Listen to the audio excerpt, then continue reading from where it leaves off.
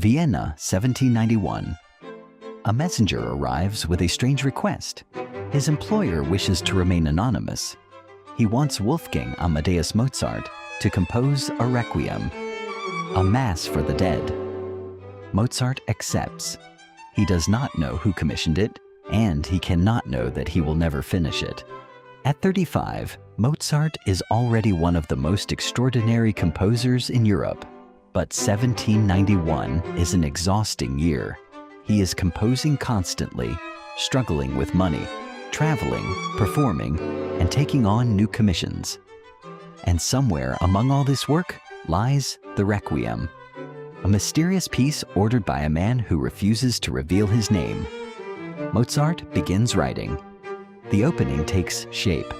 Requiem aeternum, then the Kyrie, the Dies Irae, the Confutatis. Page after page appears in Mozart's handwriting. But as the year moves toward winter, something changes. Mozart becomes seriously ill. He grows weak. His body begins to fail him. Yet the Requiem remains unfinished. And this is where history begins to mix with legend. According to later accounts, Mozart became increasingly obsessed with the mysterious commission. Some stories claim that he began to believe he had been poisoned.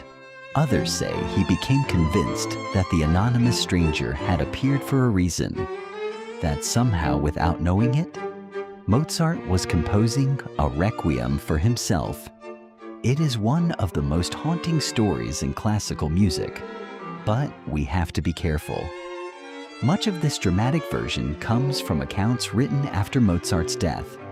We cannot know exactly what Mozart believed during his final weeks. What we do know is that he continued working on the Requiem while his health deteriorated. By late November, Mozart was confined to bed.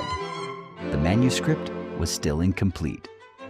On December 5th, 1791, Wolfgang Amadeus Mozart died. He was 35 years old, and on his desk remained one of the most famous unfinished works in the history of music.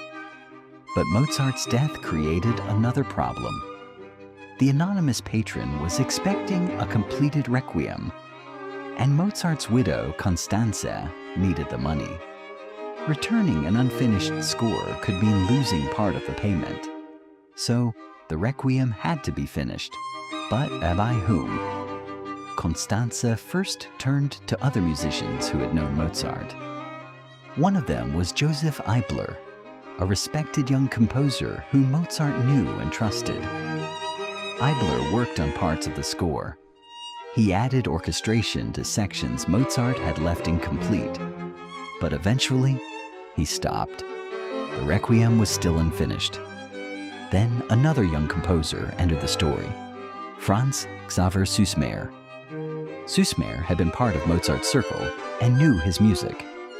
He now faced an extraordinary task: complete Mozart's final work. Süssmayr worked with the material Mozart had left behind. He completed orchestration. He filled gaps. And for parts of the Requiem that Mozart had left largely or completely unwritten, Süssmayr supplied music himself.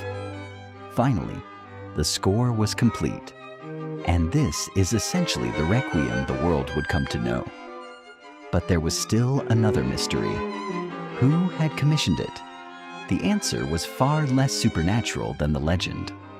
The anonymous patron was Count Franz von Walsegg, a wealthy Austrian aristocrat. His young wife, Anna, had died in 1791. Walsegg wanted a requiem to commemorate her, and he had a peculiar habit. He sometimes commissioned music from composers and then presented the works privately as if they were his own. The mysterious messenger had not come from another world. He had come from an aristocratic estate. But that solves only one mystery. It leaves us with another. Who actually wrote Mozart's Requiem? The answer is complicated. Mozart unquestionably created the work. The musical conception is his. Important sections survive in his own handwriting.